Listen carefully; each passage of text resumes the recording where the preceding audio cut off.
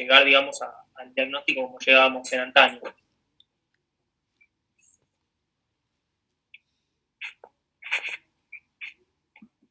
Guido, ¿hablas vos o hablo yo? Como quieras, ¿querés contestar vos? O sea, es una realidad lo que vos preguntás, que los criterios no siempre se ajustan a la realidad clínica, no solo nuestra, porque en muchos otros países del mundo, digamos, el acceso a los biomarcadores por ahí está más diseminado, pero la cobertura no. Entonces, por más de que haya muchos lugares que puedan hacer PET o líquido cefalorraquídeo, no están cubiertos, y esto es un ejemplo en Estados Unidos. Entonces, en la práctica clínica habitual el acceso sigue siendo muy limitado. Y la realidad hoy es que para nosotros solamente, digamos, podemos intentar hacer estos estudios en pacientes que no tienen una patología típica, porque aparte tampoco desde el punto de vista de tratamiento va a modificar la conducta en cuanto a drogas modificadoras de la enfermedad.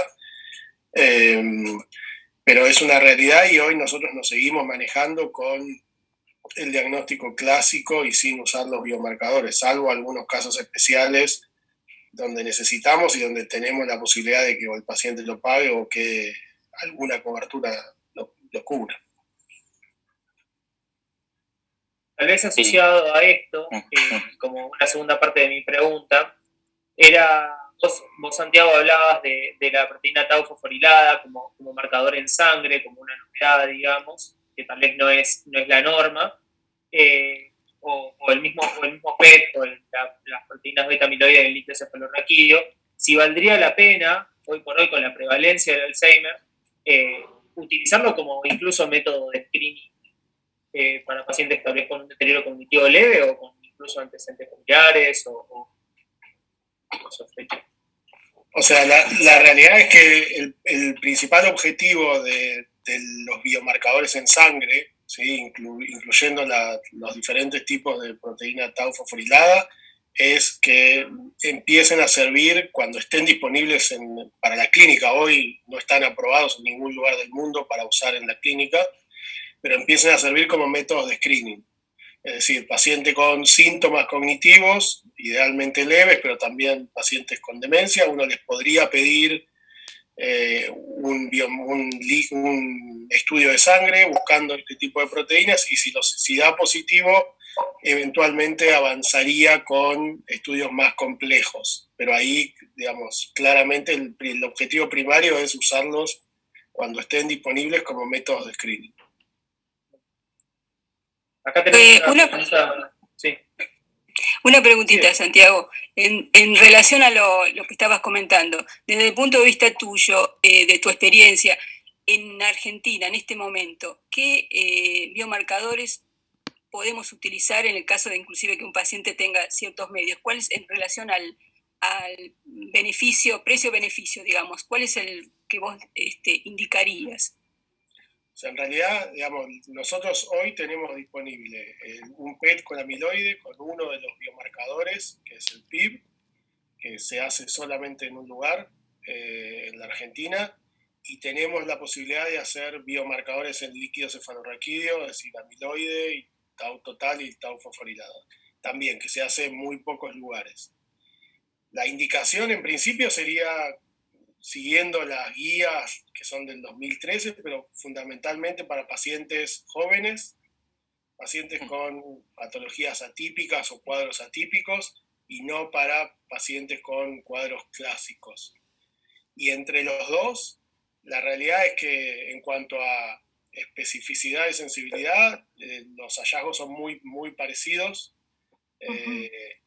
Por una cuestión de costos, obviamente el líquido es más barato que el PET, claro. Pero el PET no es invasivo. Y el líquido, claro, digamos, para nosotros es algo común hacer una punción lumbar, pero para un paciente lo ve como un método invasivo. Pero en cuanto a eficacia, digamos, los dos son igualmente útiles. Perfecto. Sí, gracias. Yo creo que lo importante, Fede, en lo que voy a decir de los criterios es tratar de tenerlos en cuenta, digamos, como primero una perspectiva futuro, como decía Santiago, de el futuro probablemente, o por lo menos lo que se intenta es que los tratamientos sean modificadores de enfermedad y claramente necesitamos biomarcadores probablemente para acercar realmente la patología. Eso es como lo más importante, porque nos hemos dado cuenta, gracias a estos últimos avances, de que, lo que menciono yo en la charla, de que no todas las Alzheimer clínicos o demencias tipo Alzheimer son Alzheimer, sino que hay otras patologías que pueden emularlo, y hay un montón de enfermedades de Alzheimer que no lo son, y probablemente sea una de las debilidades que tal vez haya ocurrido con, uno plantea como limitaciones o fracasos en tratamientos previos de este error en diagnóstico que hasta hace tiempo previo a biomarcadores se usaba. Está bueno tenerlo, inclusive nosotros en la práctica asistencial, me parece que es importante remarcar de ponerle un buen el nombre, digamos, si bien muchas veces el biomarcador no lo vamos a usar, y digamos, dejar de usar por ahí enfermedad de Alzheimer, si uno no tiene acceso a biomarcadores, pero sí usar el término correcto, que es demencia tipo Alzheimer, o Alzheimer atípico, o demencia tipo Alzheimer atípico. Guido, ¿vos dirías que esto se ha convertido en un espectro de enfermedades tipo Alzheimer? Es que hoy por hoy hay mucha superposición, digamos. El concepto es, los Alzheimer pueden no debutar como una demencia tipo Alzheimer, y al revés, hay demencias tipo Alzheimer, o sea, con un predominio amnésico progresivo, de causa degenerativa, que claramente no siempre son enfermedades de Alzheimer. Tenerlo en cuenta como decís, a futuro, y también hasta cuando uno lo pone en la historia clínica o lo evoluciona, me parece que está bueno remarcar eso, uno es correcto, digamos, si uno te parece que es un Alzheimer por clínica, no tenés que marcar, es una demencia tipo Alzheimer, que no sabemos qué proteína está pasando o algo, pero empezar a incorporar esos conceptos me parece que hoy está bueno y a futuro probablemente sea el camino. Bien. Acá tenemos una pregunta en el chat del doctor Rey, que pregunta, en la práctica clínica, un paciente de 60 años con compromiso de un solo dominio no amnésico progresivo, ¿debo hacerle biomarcadores? Ok. ¿Algún antecedente médico, hipertensión, diabetes, asma?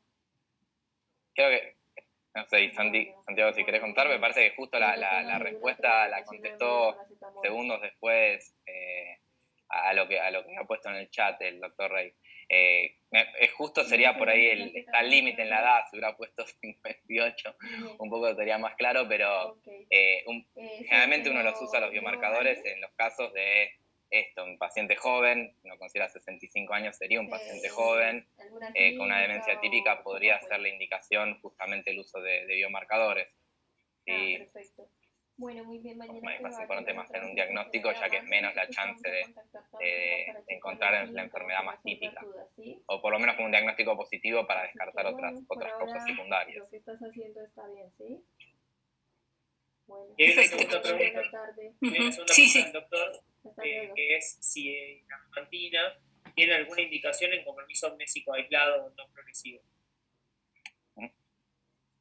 Digamos, la indicación de la memantina es en pacientes con enfermedad de Alzheimer. O sea, si yo creo que el paciente tiene una enfermedad de Alzheimer y en un estadio más allá de lo leve, digamos, estaría indicada. Si el paciente tiene solo algo leve y no estoy seguro, me parece que no es Alzheimer, no estaría indicado. Y la otra cosa que es importante es que, para tener en cuenta, es que siempre la primera droga o el primer grupo de drogas para usar en un paciente con sospecha de enfermedad de Alzheimer son los anticolinestéricos, siempre antes que la memantina. O sea, está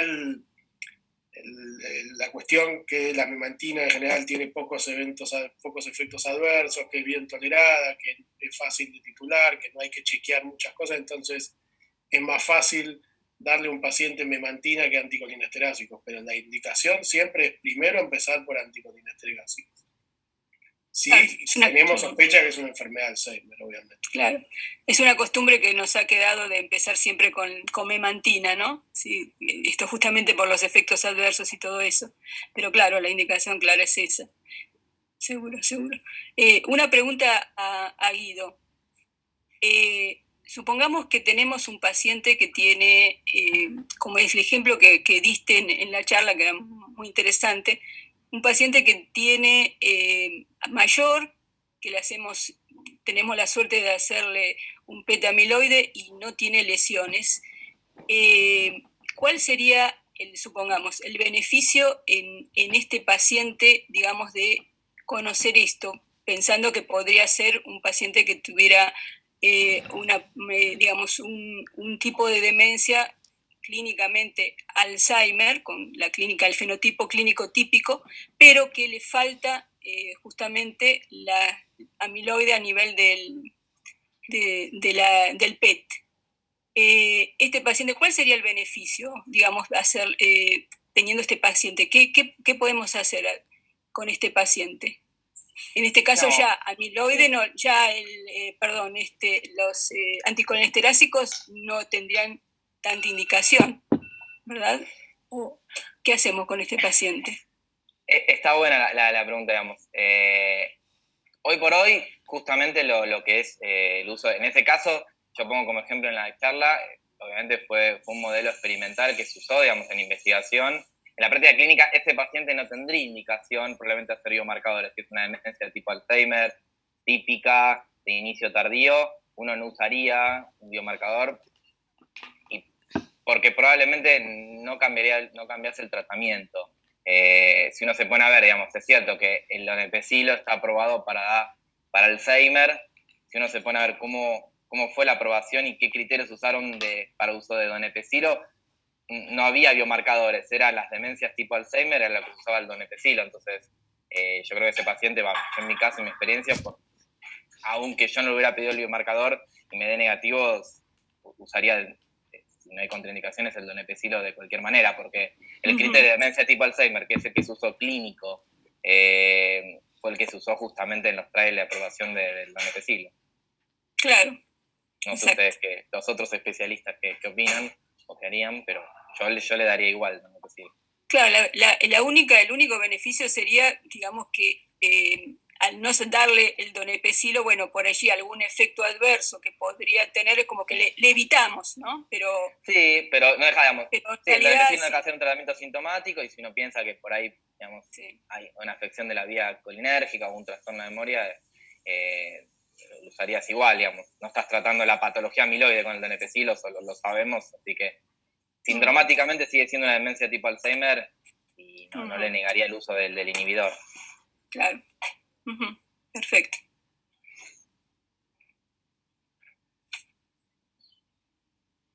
El doctor Pereira pregunta si un paciente con un trastorno amnésico marcado, que puede ser compatible con Alzheimer, pero que no tiene impacto en las actividades de la vida diaria, sigue siendo Alzheimer. Estoy yo ahí. Abel, a ver, si no tiene impacto significativo en la vida diaria, no podemos decir que es una demencia, podemos decir que es un MCI, un deterioro cognitivo leve. En ese caso, si el paciente, lo que vas a usar como criterio clínico es si es un deterioro cognitivo leve, amnésico, no amnésico, podemos decir, pero no podemos decir que tiene una demencia tipo Alzheimer. En el caso que ese paciente tuviese biomarcadores, lo que y den positivos para amiloide y tau, lo que podemos decir es que es un MCI, es un deterioro cognitivo leve, secundario a enfermedad de Alzheimer. Pero demencia tipo Alzheimer, si no hay un impacto claro, no lo podemos nombrar. O sea, a nivel asistencial, sin biomarcadores, es un MCI amnésico. Si es con biomarcadores, sería un MCI debido a enfermedad de Alzheimer. Ese sería el correcto término en ese caso. Sí, un poco para agregar, en realidad cuando hablamos de enfermedad de Alzheimer, hablamos de enfermedad en cualquiera de sus estadios, es decir, estadio deterioro cognitivo leve cuando el paciente tiene preservadas sus actividades, o estadio de demencia. Entonces, un paciente, aunque tenga preservadas las actividades de la vida diaria, puede seguir teniendo Alzheimer en un estadio más temprano, pero digamos, la actividad de la vida diaria nos habla de estadio, no de enfermedad.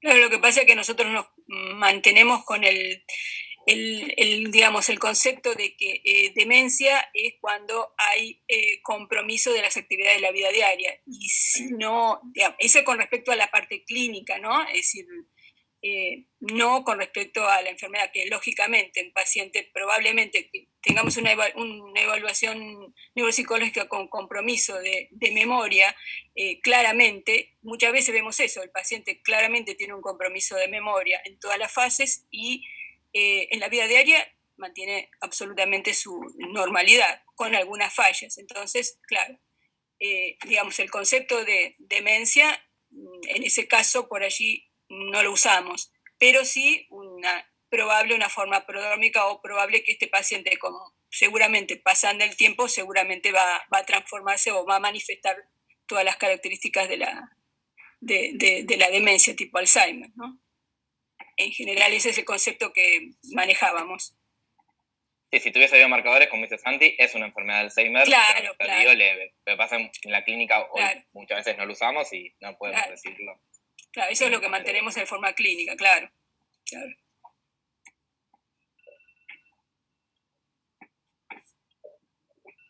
Ahí Nahuel pusiste si depende del entorno social. Es muy difícil, muchas veces es la destreza y la práctica y la experiencia de buscar ese impacto en la vida diaria que hace a la experiencia de una buena anamnesis.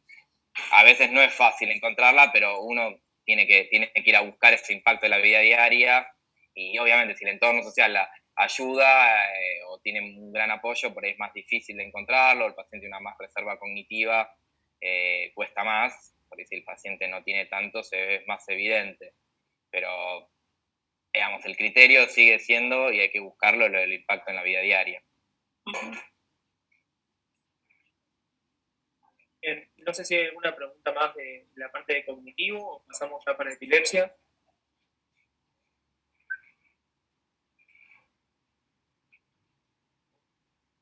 Ok. Bueno, acá para epilepsia, justo el doctor Rey tiene una pregunta acá en el chat. Vamos a darle prioridad a la gente del chat. Que pregunta, en un paciente con una epilepsia refractaria que no tiene neuroimagen un daño estructural y con un electroencefalograma donde no encuentra un foco claro, ¿cómo sigo estudiándolo? Esta es una pregunta para Nuria, ¿no? Sí, yo iba a empezar.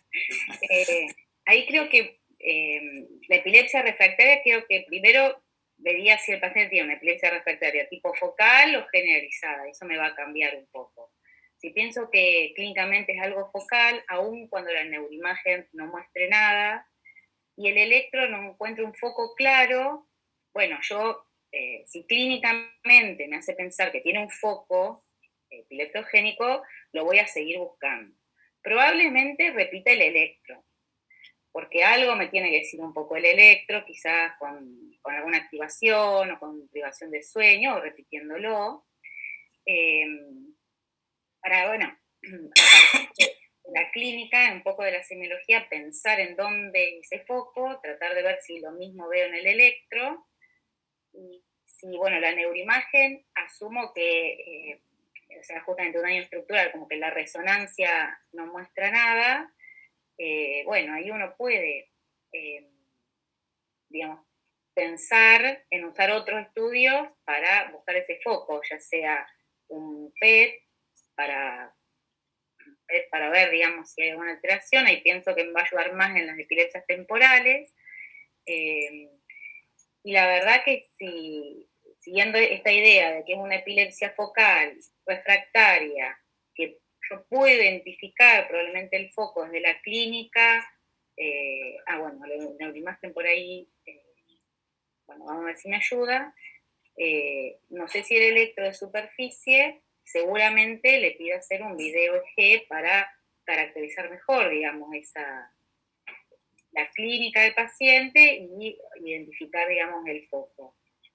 Y ver si todo eso me permite claramente determinar dónde es el foco y, bueno, ahí vamos siempre en algo, digamos, en equipo, justamente, con Pablo principalmente, con un neurocirujano, poder ver si uno lo identifica clínicamente y con estos estudios complementarios, sí uno puede acceder, digamos, a la cirugía. A veces, digamos, uno lo puede hacer como más directamente con estos estudios no invasivos y a veces es necesario hacer una exploración intracerebral para poder identificar mejor el foco. Lo que sí creo que la cirugía de la epilepsia es una opción muy válida, pero que necesita, digamos, tener claramente identificado, digamos, ese foco para que, bueno, uno pueda proseguir con la cirugía. Yo creo que claramente el paciente que plantea Raúl es un paciente que requiere un video EG, ¿no? Porque si uno ya tiene el diagnóstico de epilepsia resistente, directamente uno tiene que plantearse el video EG, porque si ya empieza a no responder al tratamiento farmacológico, uno lo que tiene que hacer es evaluar si ese paciente es candidato a cirugía, o si ese paciente no es candidato a cirugía, si es valedero pensar en otro tipo de tratamientos que no sean el tratamiento quirúrgico, por lo menos resectivo.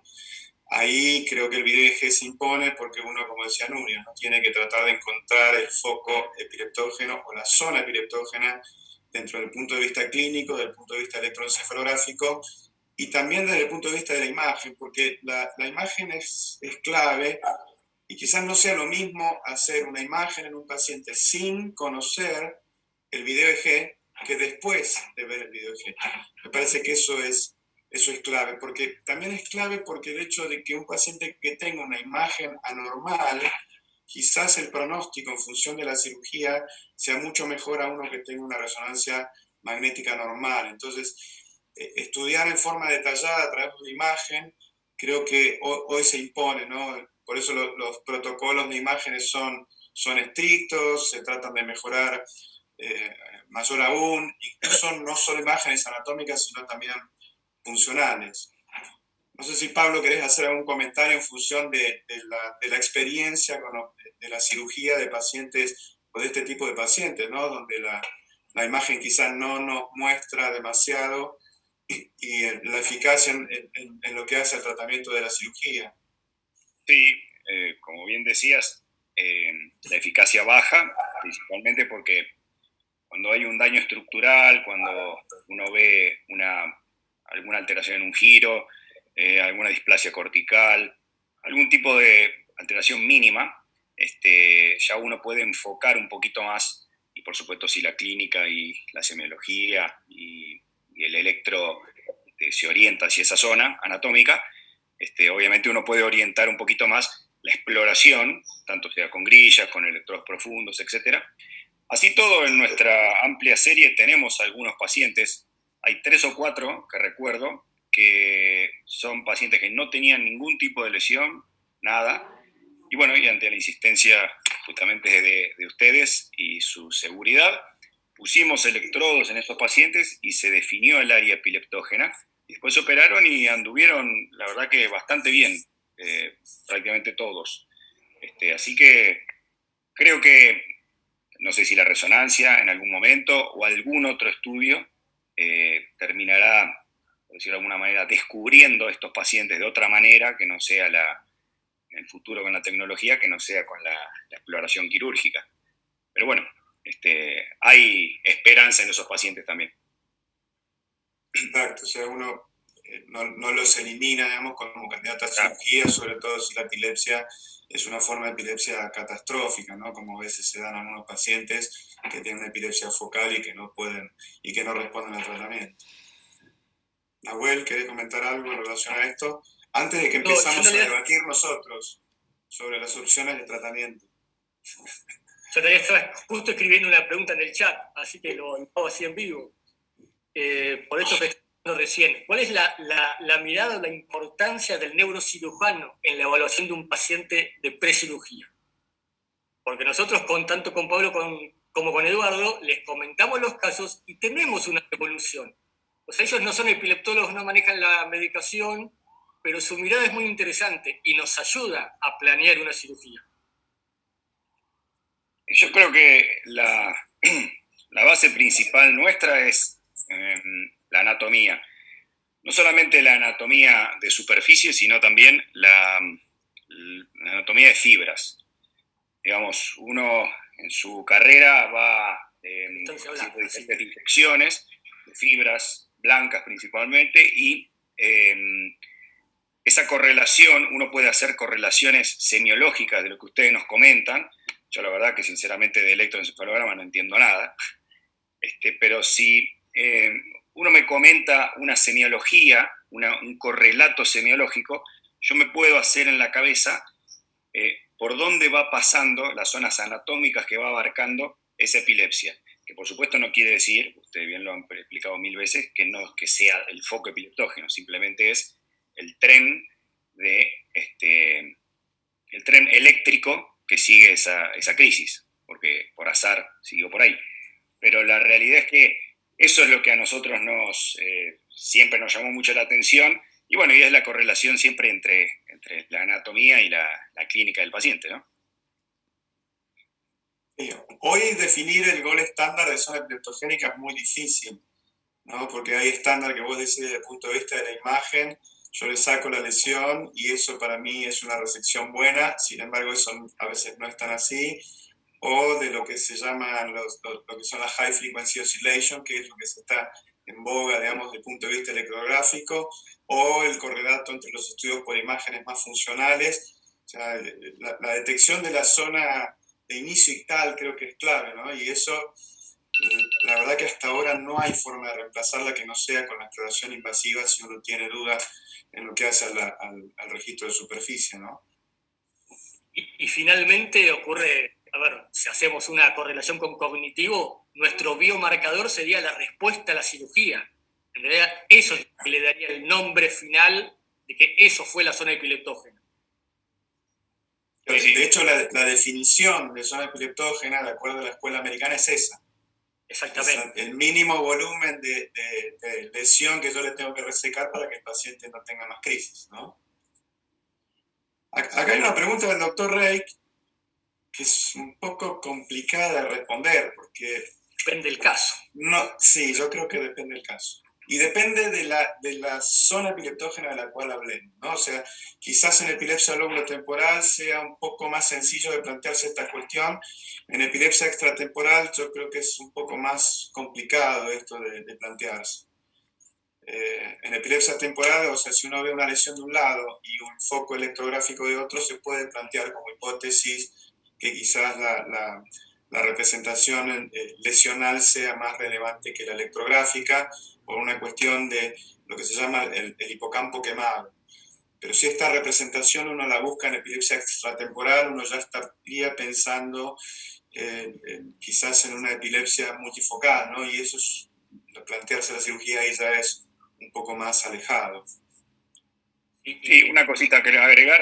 Hay casos raros, como ha pasado una vez, que había una paciente que tenía una heterotopía ventricular, una única heterotopía, y tenía una pequeña displasia relativamente lejos, estaba casi como 4 o 5 centímetros de esa heterotopía. Pero bueno, le terminamos poniendo un electrodo en esa heterotopía y alrededor de la displasia y demás. Y la realidad es que la heterotopía nunca se involucraba en la crisis. Así que la cirugía se fue directamente a la displasia y la heterotopía queda ahí y no tuvo ningún, por lo menos por ahora, no ha tenido ninguna crisis de eso. Y también depende de la localización. Hay lesiones que pueden ser centrales o cerca de la línea media, y ya de forma fisiológica los hallazgos pueden ser del otro lado simplemente por cómo se organizan los campos eléctricos. Claro. Acá en el chat hay una pregunta en relación a la tractografía. ¿Qué importancia cobra, digamos, en estos casos? Yo creo que volvemos un poco al análisis de lo que es la zona epileptogénica, ¿no? Donde uno tiene que definir lo que es la zona sintomatogénica del paciente, la zona de alteración electrográfica y la zona de alteración en la imagen, tanto anatómica como funcional. Eso Nuria lo mostró muy bien, digamos, en su charla, que la definición de la zona epileptógena es clave y uno puede abarcar un montón de estrategias para evaluarlo. La tractografía no tiene demasiado rol en esto. O sea, sí por ahí es muy importante para el neurocirujano en decir, bueno, si yo tengo que resecar un tumor y el área que está comprometida de la vía piramidal está desplazada, bueno, voy tranquilo a sacarlo. Pero desde el punto de vista de la localización de la zona epileptógena, hasta ahora no ha tenido relevancia. Sin embargo, algo que mencionó Nahuel también, que es la participación de estructuras subcorticales dentro de la zona epiléptogénica, y quizás la tractografía podría llegar a ser útil ahí. Pero hasta ahora la verdad que desde el punto de vista asistencial no tiene ninguna relevancia tener la tractografía para toma de decisiones, ¿no? Sí, independientemente de lo que dije antes, quizás pacientes con lesiones cerca de vías anatómicas o zonas elocuentes que no se pueden resecar. Exactamente. Y te hace planear la cirugía. Claro, en algunas ocasiones sirve, es verdad. Pacientes que tienen displasias perirrolándicas, por ejemplo, tal vez puede servir. Igual, en esos pacientes es mejor la estimulación intraoperatoria antes que creer, entre comillas, en la tractografía. Por supuesto, el doctor Gonzalo lo puede explicar mucho mejor, pero la realidad es que la tractografía es como... tiene algunos pequeños errores, que en esa zona por ahí es mejor, o por lo menos se ha visto en paper que la estimulación intraoperatoria es más certera que la imagen. Hasta luego. Bien.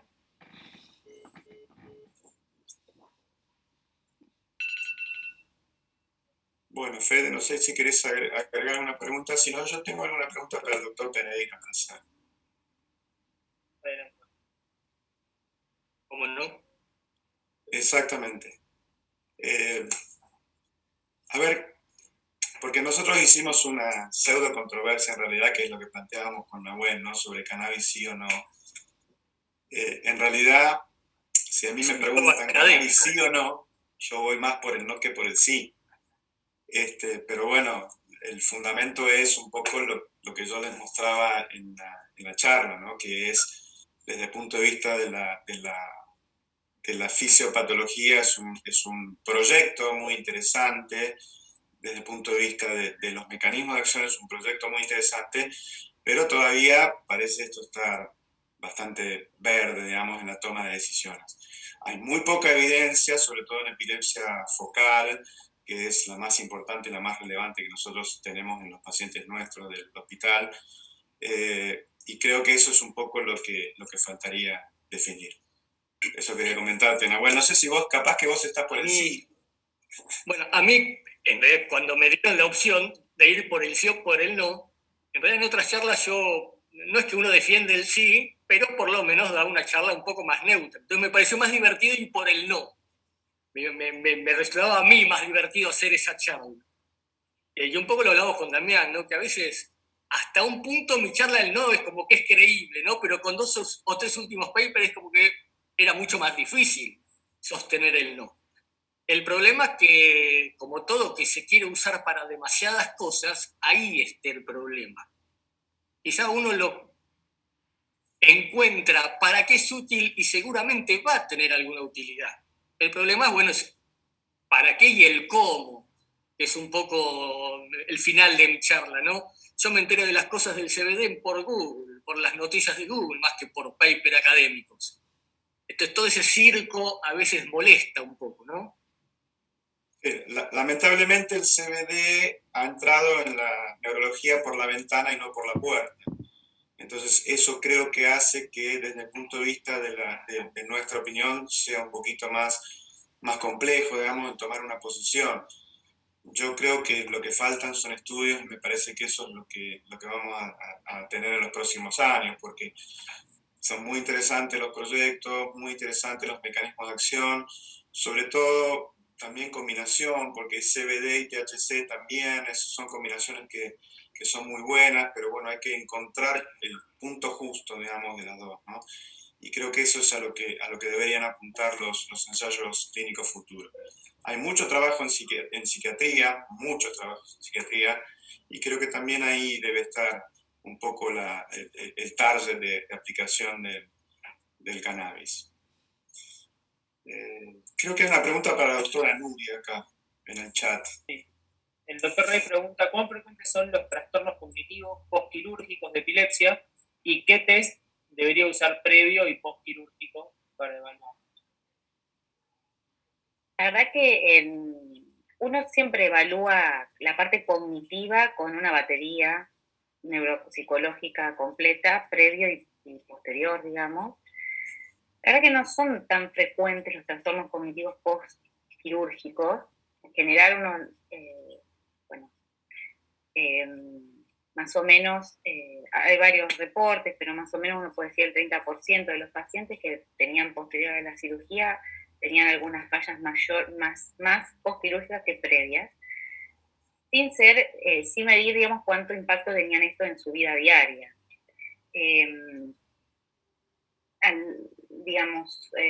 Hay algunos parámetros que uno puede tener prequirúrgicos que puedan pensar que puede tener más problemas cognitivos posteriores. Por ejemplo, si el test neuropsicológico está muy bien, es normal, tiene más chances de tener trastornos cognitivos postquirúrgicos, o, bueno, en general si el hipocampo tiene la estructura en tamaño normal también.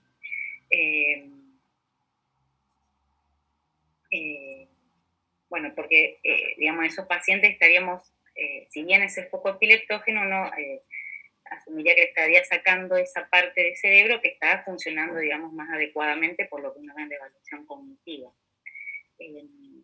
La verdad que, digamos, por ahí en la práctica uno no nota una peoría de las funciones cognitivas posteriores. Creo que un poco también hay que tener en cuenta que cuando el paciente les va bien, postquirúrgicos, van a tomar menos medicación, van a tener menos efectos adversos de la medicación, y eso también es un factor, y menos crisis. Y todo eso son factores que influyen, digamos, en el desempeño cognitivo. Y una pregunta, Nuri. En algún momento Guido habló de reserva cognitiva en los pacientes con Alzheimer. Está muy controvertido en epilepsia postquirúrgico, si les va mejor o peor a aquellos que tienen mayor reserva cognitiva. ¿Cuál es tu opinión? ¿En su casa? La verdad que creo que la reserva cognitiva yo la vería como herramientas que tiene el cerebro para resolver, digamos, situaciones o digamos, aguantar algún daño. Así que probablemente si tienen mayor reserva cognitiva, probablemente pueda responder mejor, digamos, a cualquier, digamos, afectación. Igualmente, como comentaba, digamos, si uno en la evaluación cognitiva está muy bien, uno piensa más en memoria verbal, o en memoria más del izquierdo, o en memoria visual más del derecho, por ahí puede ser que postquirúrgico encuentre fallas en esas funciones.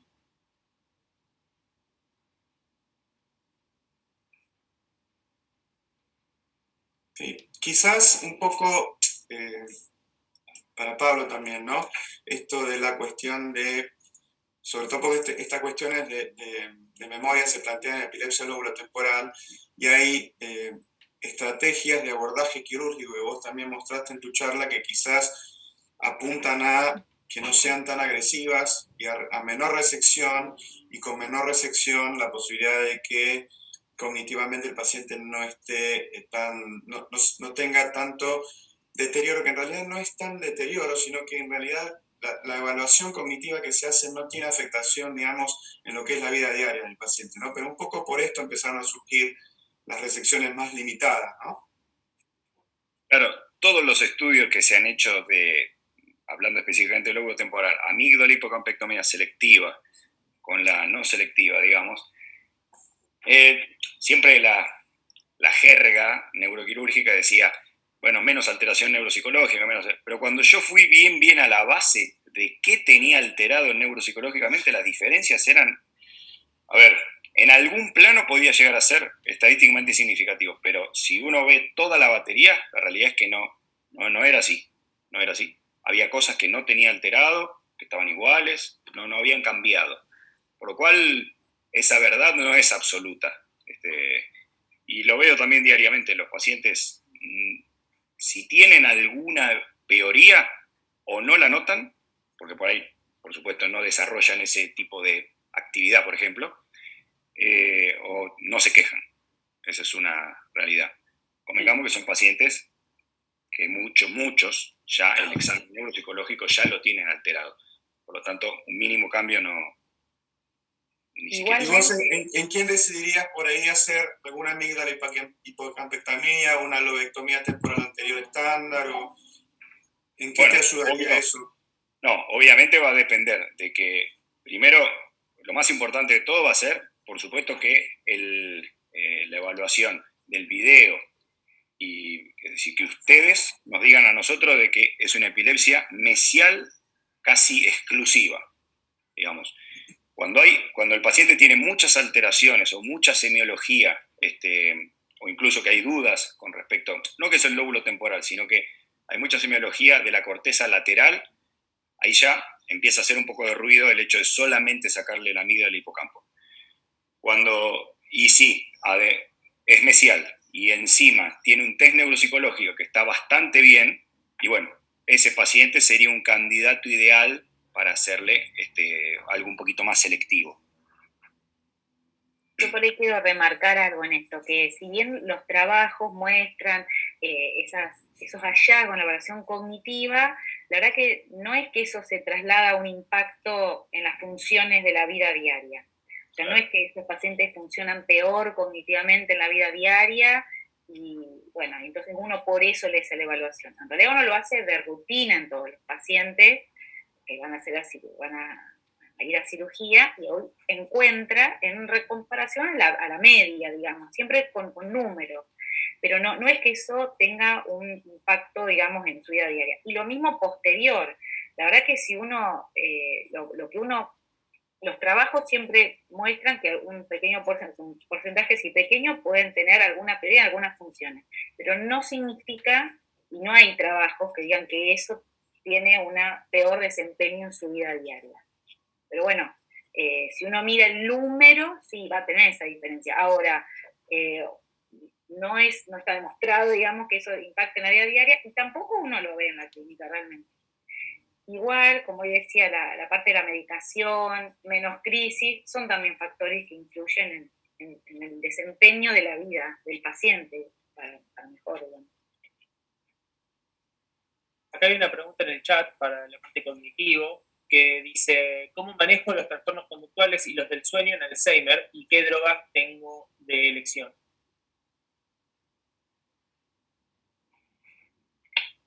¿No le puedo sumar otra pregunta a eso?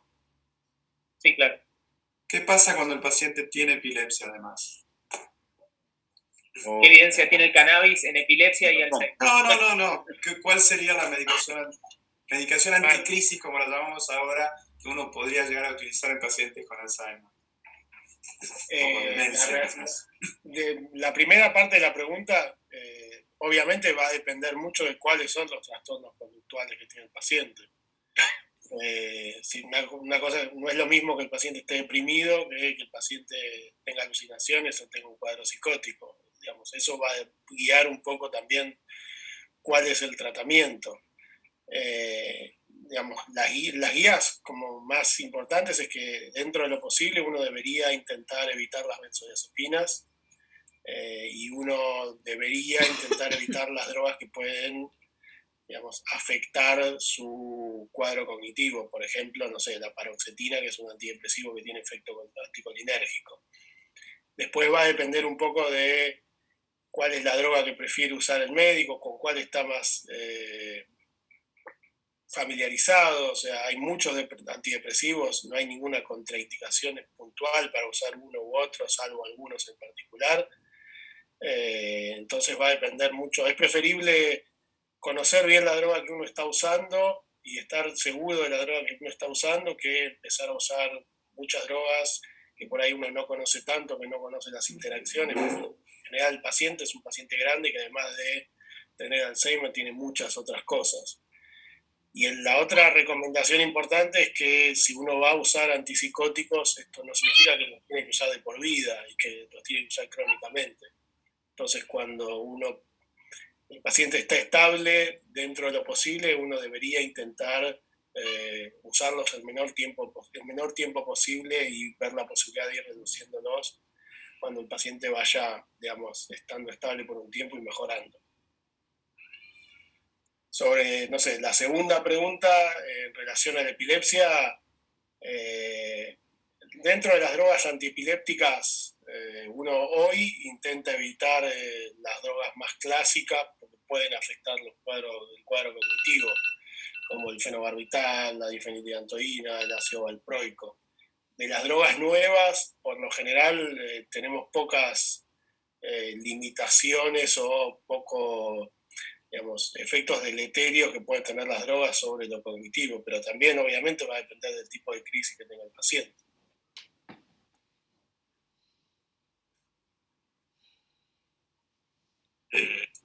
¿Puedo opinar sobre lo último? Sí, obvio. Nada, de las medicaciones nuevas impresionan ser un poco mejores en cuanto a tolerabilidad. Pero, a ver, el topiramato puede dar cosas cognitivas, y no sé si usted tiene experiencia, por ejemplo, con el levetiracetam. Si produce cosas cognitivas, sí o no, conductuales, depresión. Sí, bueno, hay muchos que se tienen, que da esas cosas.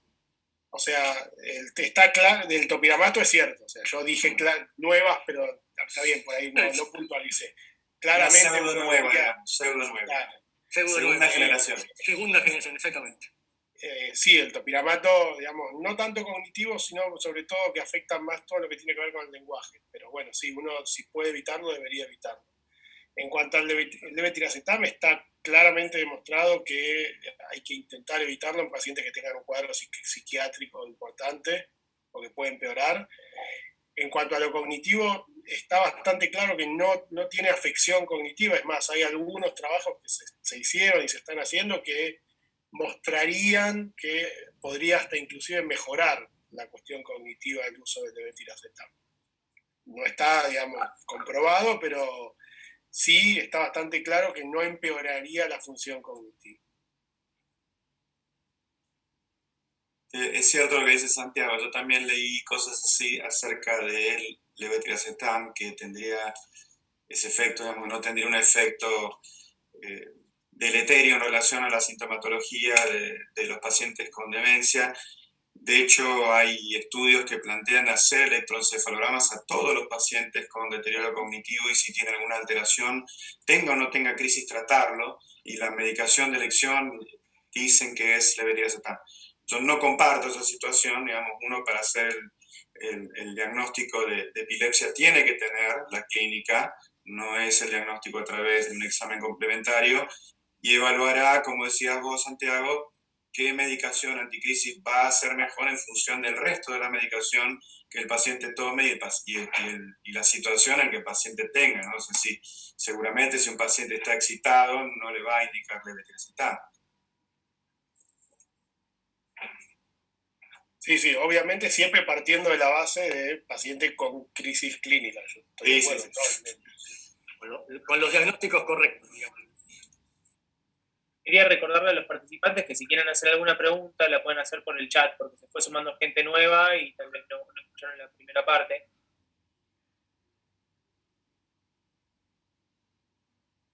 Bien. Yo tenía otra pregunta, sobre todo para el tema de la planificación de la cirugía, y es ¿qué rol tiene la resonancia magnética funcional, además de tal vez la identificación del lenguaje, para planificar la cirugía, y si nos ayudaría de alguna forma a prevenir justamente esto que hablábamos de tal vez los trastornos cognitivos postquirúrgicos? La realidad es que no se usa de rutina, no. En pacientes, vamos a hablar de los típicos pacientes de epilepsia del lóbulo temporal. La realidad es que la resección que se hace es bastante limitada, son 3,5, 4 centímetros como mucho de la punta del polo temporal hacia atrás, que eso ya abarca tranquilamente el asta temporal para poder retirar cabeza y cuerpo de hipocampo. Y la realidad es que prácticamente en nuestra serie de lóbulo temporal no hemos tenido trastornos del habla. Uno lo dice al paciente por una cuestión, qué sé yo, bibliográfica. Siempre hago el mismo discurso. Bueno, te operamos el lóbulo temporal izquierdo, puedes tener trastorno del habla, y la realidad es que ninguno ha tenido ningún trastorno del habla posoperatorio, y creo que la resonancia funcional no me aportaría nada. Diferente es si vamos a operar un lóbulo frontal izquierdo cercano al área de Broca. Ahí ya podría llegar a estar dentro del combo de estudios funcionales, pero bueno, hay que ver el caso puntual, ¿no? Resonancia funcional surgió con enormes expectativas en lo que hace a detección incluso de la zona de inicio ictal en sus principios, y eso se fue aquietando bastante. Hoy hay muchos estudios de realizar estudios combinados de electroencefalografía con resonancia funcional, también con esta finalidad. Creo que la indicación es como dice Pablo, ¿no? O sea, hoy por hoy creo que donde claramente uno sabe, porque además de dar lateralidad en relación al lenguaje de la localización, entonces ese es un dato muy relevante a la hora de tomar decisiones quirúrgicas, digamos, ¿no? La resonancia magnética.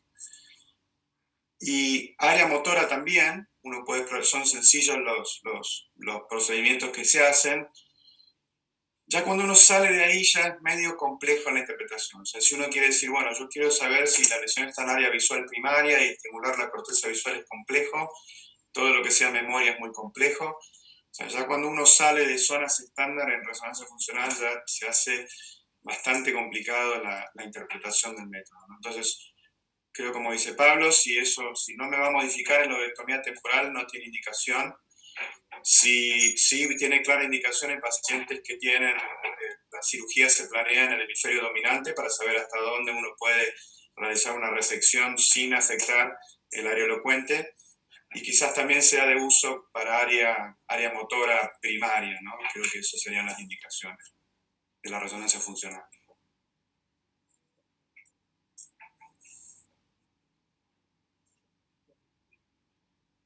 No sé si hay alguna pregunta más.